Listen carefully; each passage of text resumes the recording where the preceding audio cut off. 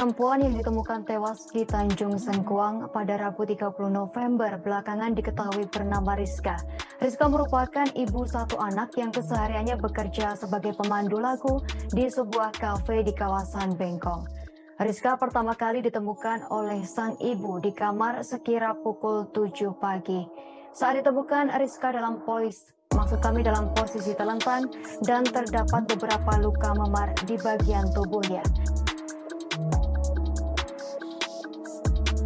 Assalamualaikum warahmatullahi wabarakatuh. Perkenalkan, nama saya Selivi Labi Pratika, NIM 2105040013, Prodi Ilmu Hukum, Fakultas Ilmu Sosial dan Politik, Universitas Maritim Raja Ali Haji. Tujuan saya membuat video ini untuk memenuhi tugas mata kuliah kriminologi dosen pengampunya Ibu Eni Widiani SHMH. Baik, saya akan menjelaskan pengertian dari kejahatan.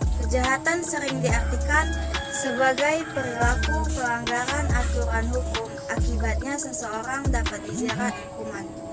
Kejahatan terjadi ketika seseorang melanggar hukum baik secara langsung maupun tidak langsung atau bentuk kelalaian yang dapat berakibat pada hukuman. Kejahatan dalam arti kriminologis. Pengertian menurut tata bahasa adalah perbuatan atau tindakan yang jahat seperti yang lazim orang mengetahui atau orang dengar. Perbuatan yang jahat adalah pembunuhan, pencurian, penipuan, penculikan, dan lain-lainnya yang dilakukan oleh manusia.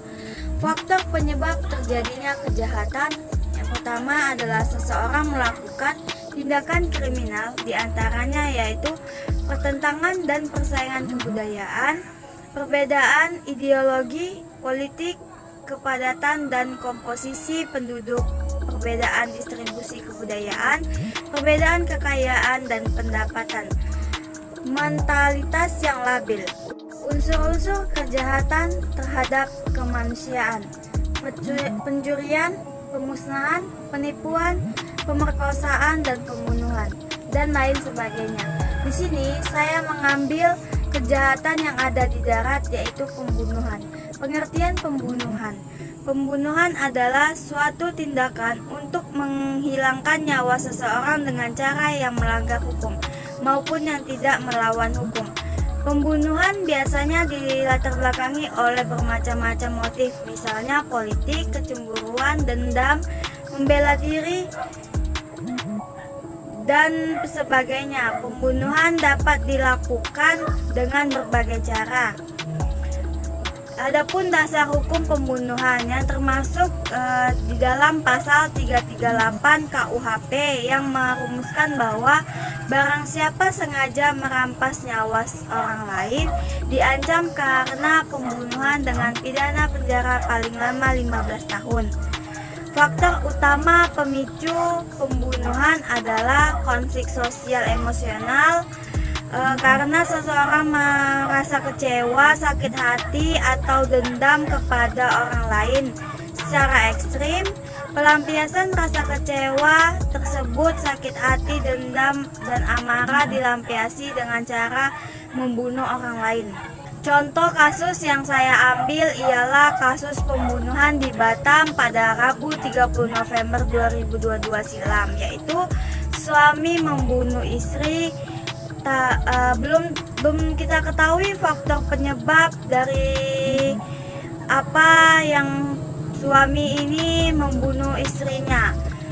Polisi sedang menyelidiki kasus pembunuhan tersebut.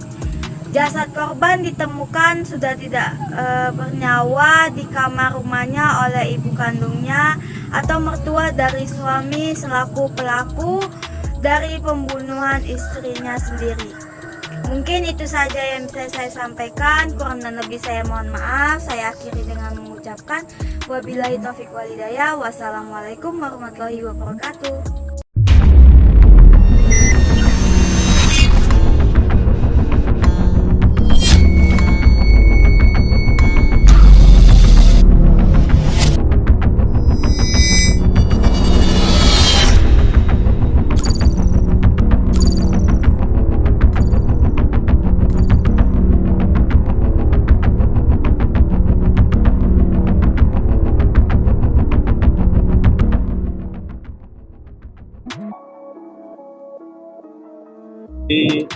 Polsek Batu Ampar dan juga Satreskrim Polresta Barelang sedang melakukan pencarian ataupun mengungkap fakta-fakta yang telah terjadi, yang mana dugaan sementara yakni Rizka dibunuh oleh suami. Nah, hal itu diperkuat karena sejak kejadian tersebut sang suami menghilang dan hingga saat ini belum ditemukan. Nah, sesuai dengan informasi yang kami peroleh di lapangan, yakni Ketua RT 4 RW 12 Sengkuang yang bernama Anto, dia mengatakan bahwasannya memang sejak 6 bulan belakangan ini Rizka dan sang suami berinisial R tidak akur begitu. Mereka sering berantem dan menurut pengakuan dari Ketua RT bahwasannya sejak 6 bulan belakang ini sudah 3 kali melakukan negosiasi perdamaian antara keduanya. Mereka sering berhantam dan hal tersebut membuat warga setempat maupun polisi menduga bahwasannya kematian Rizka berkaitan dengan ulah daripada sang suami. Demikian Justina yang bisa kami informasikan dari Batam. Terima kasih atas laporannya rekan Roni Lodelaleng dari Tribun Batam. Selamat bertugas kembali. Berikut kami tampilkan wawancara bersama Kasat Reskrim Polresta Barelang, Kompol Abdurrahman. Pada kepolisian, Pak? Baik, untuk informasi kami terima dari Polsek Batu Ampar adanya penemuan mayat di rumah ya. Identitas kami tidak menjelaskan. Namun sekarang untuk Polsek Batu Ampar di backup langsung oleh Polresta Barelang sedang melakukan pencarian untuk identitas sudah kami kantongi dan untuk diduga dibunuh ataupun ada kejadian yang lain sehingga dia menyebabkan kematian, kita masih masih perlu pendalaman. Tapi ada luka kah di tubuh korban, Bang? Dari foto yang kita lihat di mutilasi itu ada luka di bagian rumah. Namun belum kita pastikan ini apakah luka pukulan tertentu ataupun terbentur atau bagaimana, belum bisa dipastikan. Kita mesti melakukan pemeriksaan. Bersuamikah dia? Ya, bersuami. Ya. Profesinya apa, Pak? Perempuan ini? Profesi kita belum tahu.